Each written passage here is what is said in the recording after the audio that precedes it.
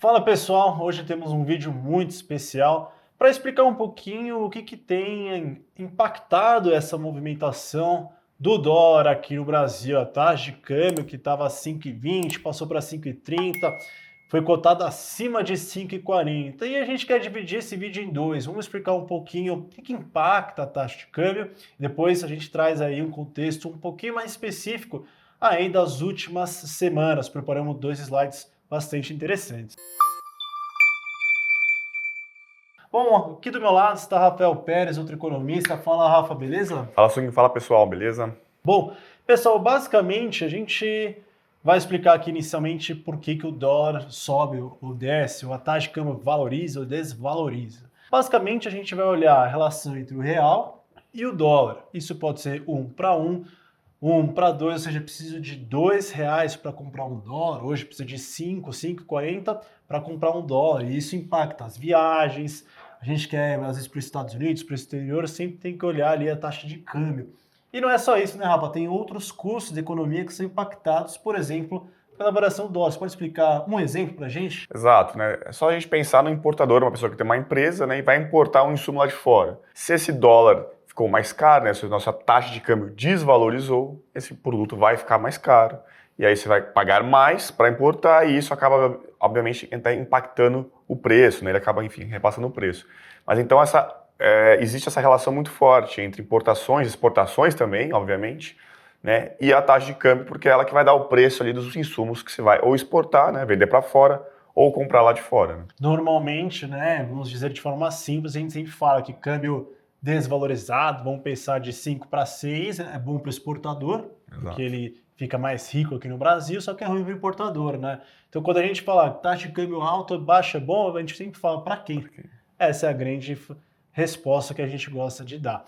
E basicamente, né, Rafa, a gente, de forma simples, de novo, né, pessoal, às vezes a teoria é muito complexa, a gente tenta traduzir. O dólar, a cotação é influenciado pela oferta e demanda. Essas pessoas demandam mais dólar e isso faz o preço dessa cotação aumentar. Se a gente tem um monte de oferta, a gente pode lembrar, por exemplo, quando teve o boom das commodities, o Brasil exportando para o mundo, entrando diversos recursos, né, capitais externos aqui no Brasil, isso fez o dólar ficar um pouquinho mais baixo, conseguimos criar uma reserva que hoje está em 300 bilhões, o Rafa tem aí a sua tese de mestrado com balança comercial, né?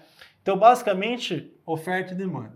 Segundo ponto, Rafa, é balança comercial, que eu comentei agora um pouco. Você pode explicar para as pessoas por que é tão importante? O Brasil hoje é um grande exportador. O que significa isso? Exato, né? Balança comercial, como o fluxo de dólares influencia muito, né, a oferta e demanda, da onde que vem esse fluxo de dólares? Uma das formas principais, exportações e importações. Se o Brasil está exportando muito, está entrando dólar aqui. Se o Brasil está importando muito, está indo lá para fora. E atualmente o Brasil está com uma balança comercial muito superavitária, ou seja, as exportações estão bem acima das importações.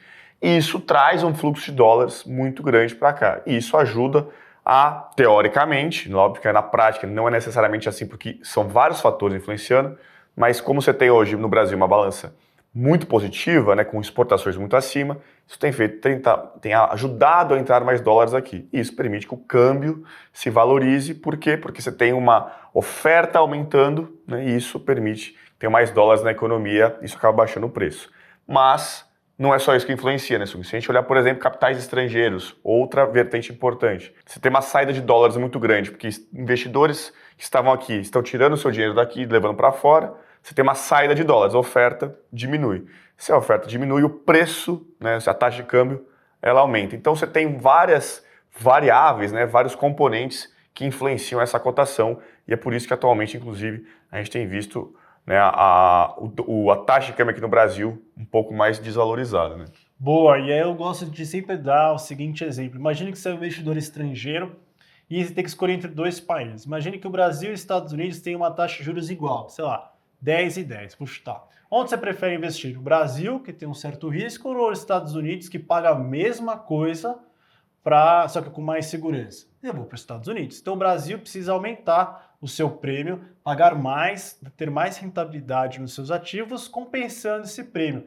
E aí o juros brasileiro tem que ser um pouquinho maior que o americano. Vamos dizer que o juro brasileiro for para 40 em relação aos Estados Unidos de 10. Então, os investidores, você gostaria de trazer o seu capital aqui no Brasil traz dólares para cá para ganhar mais rentabilidade.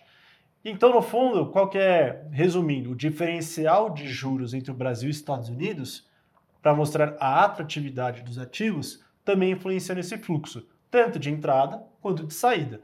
Por exemplo, hoje os Estados Unidos está pagando uma taxa ali na renda fixa norte-americana em torno de 5,25, até encontra algumas emissões lá a 6. Então, muita gente está saindo do Brasil, dado diversos riscos que tem aqui, procurado a renda fixa norte-americana. E isso também é um fluxo financeiro para lá, aumenta a demanda de saída por dólar e aí isso faz a cotação subir. E para finalizar, a terceira variável. Então, falamos de balança comercial, falamos de diferencial de juros e a terceira, expectativas. E expectativas em relação a quem? A economia brasileira. O risco fiscal aumentou, a dívida nossa vai aumentar, como que vai se dar a política econômica nos próximos 3 anos? Será que compensa ficar aqui? Essa é a grande pergunta. Qual a expectativa dos investidores em relação ao Brasil? E aí, se a expectativa é pior, declarações, ruídos, qualquer tipo de estresse que a gente tem aqui nos mercados, as pessoas vão demandar mais dólar. E lembrando, temos que a oferta ela é menos elástica, né? Ela é mais fixa. Lembrando que o Brasil não emite dólares, né? Exato. A oferta é um pouco mais paradinha, enquanto a demanda está pressionando, isso faz o câmbio desvalorizar. Então, basicamente, essas 3 grandes variáveis. E a gente trouxe aqui 2 slides para vocês. Eu vou começar falando primeiro, depois o Rafa fala do segundo, que é um exercício que a gente fez aqui, né, pessoal? Então, vamos lá. Do lado esquerdo, a gente tem a performance das moedas em 2024. Se ele está do lado direito dessa barrinha, ou seja, variações positivas, quer dizer que as moedas desvalorizaram em relação ao dólar. E a gente pode notar que em 2024 a moeda brasileira teve uma das piores performances em relação a essas que eu trouxe aqui e foi noticiado em diversos lugares. E eu fiz o seguinte exercício. Bom, vamos pegar as outras moedas, vamos calcular, vamos responder a seguinte pergunta. Se o Brasil, a variação da taxa de câmbio fosse igual a uma cesta de moedas, eu peguei 13 moedas, peguei a mediana dessas variações diárias e falei, vamos calcular como o real variasse como as outras moedas. Hoje, aqui no meio de junho, finalzinho de junho que a gente está gravando, a moeda brasileira está em torno de R$5. Só que não, ela chegou a bater 5,46. Ou seja, questões domésticas impactaram principalmente a variação aqui da nossa taxa de câmbio.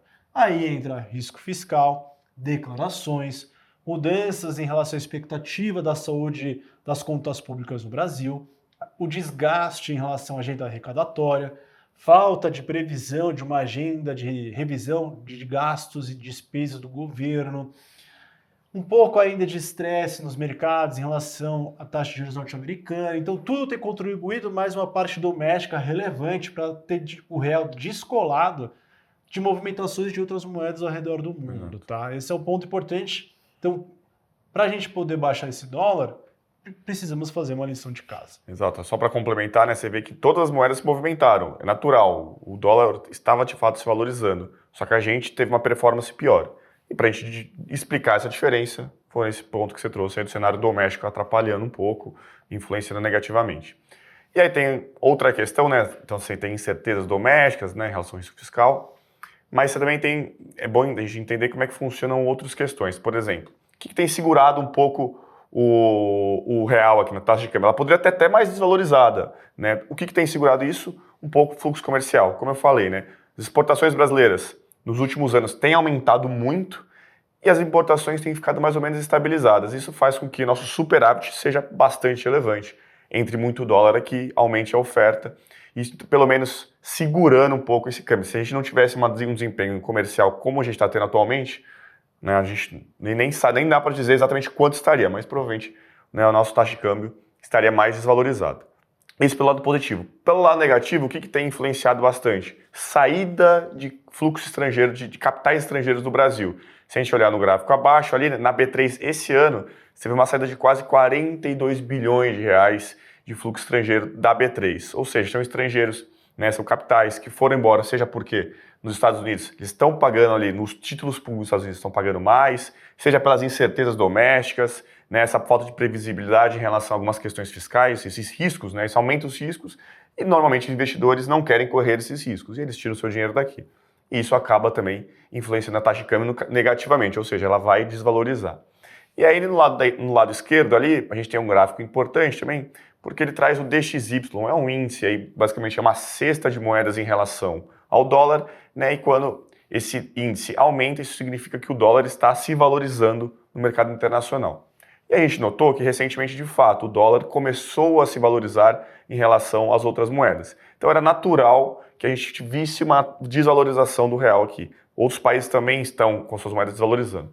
A questão é que se a gente olhar o gráfico aqui, o câmbio brasileiro se desvalorizou muito mais, né? Essa subida, essa estilingada foi muito maior do que esse aumento que teve nesse índice DXY. Então isso mostra de novo que o Sung trouxe, que é o cenário doméstico se deteriorou. E aí, quando a gente se compara entre pares emergentes, né? Ou seja, países emergentes que são parecidos com o Brasil, que têm estruturas mais ou menos parecidas, a gente teve um desempenho um pouco pior recentemente.